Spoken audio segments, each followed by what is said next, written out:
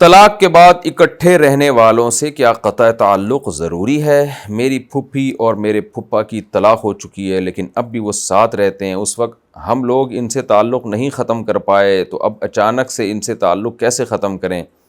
یا اگر ان سے بات چیت کرتے رہیں تو کیا اس میں ہمیں گناہ ہوگا؟ ناہید صاحبہ انڈیا سے.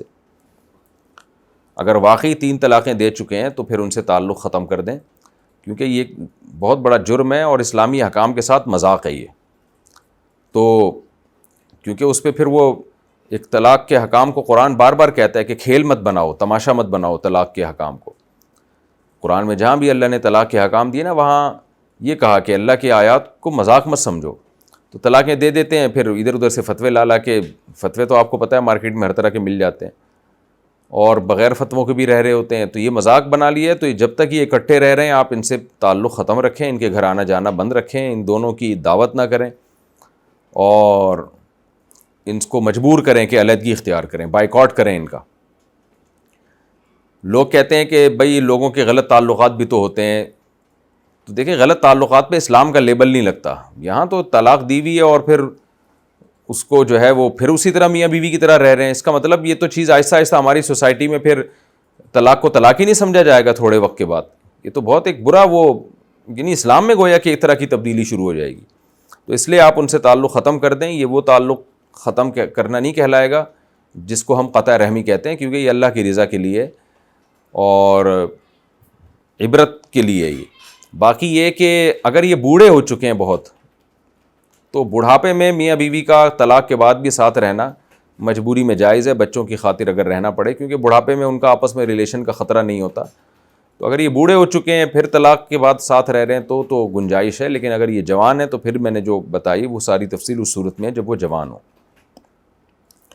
سسرال والوں پر دلہن کے حقوق. سسرال میں سسرال والوں اور شوہر کے اوپر دلہن کے کیا حقوق ہیں؟ اگر ساری زندگی ان کی خدمت کرنے کے باوجود ضلالت اور ظلم کی زندگی گزارنی پڑے تو اس صورت میں لڑکی کو کیا کرنا چاہیے؟ دیکھیں عورت کو چاہیے کہ اپنے ساس سسر کا احترام کرے، ان کی خدمت کرے. وہ خاندان کے بڑوں میں سے ہیں اور شوہر کے لیے سب سے زیادہ خوشی کی بات یہ ہوتی ہے کہ بھئی تم میرا بے شک خیال نہ کرو، میرے ماں باپ کا خیال کرو. تو شوہر کی خدمت، جو غیرت مند شوہر ہوتا ہے وہ تو اپنے ماں باپ کی خدمت سے زیادہ خوش ہوتا ہے اپنی خدمت کی نسبت، اور گھر کا ماحول اسے اچھا ہوتا ہے. لیکن سسرال والوں پہ بھی چاہیے کہ 2 چیزوں کا بہت زیادہ خیال کریں. نمبر 1، بہو پہ اس کی طاقت سے زیادہ بوجھ نہ ڈالیں. اب سارے گھر کی روٹیاں پک رہی ہیں، سارے گھر کے برتن دھل رہے ہیں، ایک عورت پہ بوجھ ڈالا ہوا ہے تو سب کے بھائی کیوں، چلو ساس سسر کی خدمت کر لی، شوہر کی کر لی، بس بہت ہے. سارے اس پہ سارے کام ڈال دیے اور پھر وقت بے وقت ہر وقت اس کو ٹوکتے رہنا، سوتی ہوئی کو اٹھا دینا، یہ کر کے جاؤ، یہ کرو، وہ کرو. چلو کبھی کبھار تو ہوتا ہے لیکن بعض گھروں میں یہ معمول ہوتا ہے. سونے نہیں دے رہے ہوتے، اس کی کوئی پرائیویسی نہیں ہوتی بہو کی. اس کا اپنا کمرہ ہے، اس کی پرسنل چیزیں ہیں، اس کی الماری ہے، اس کا لاکر ہے، اس میں گھسنے کی کسی کو اجازت نہیں ہے. وہ اپنے کمرے میں جب اکیلی ہو تو کوئی بھی دروازہ کھول کے بغیر بتائے نہیں آ سکتا، یہ بھی بری بات ہے. تو ہر چیز اس کی ساسیں اپنے کنٹرول میں لینا شروع کر دیں یا سسر صاحب، یہ بھی غلط ہے. اس کی پرائیویسی ہے، ہر شخص کی اپنی ایک پرائیویسی ہوتی ہے، اس میں دخل اندازی ٹھیک نہیں ہے.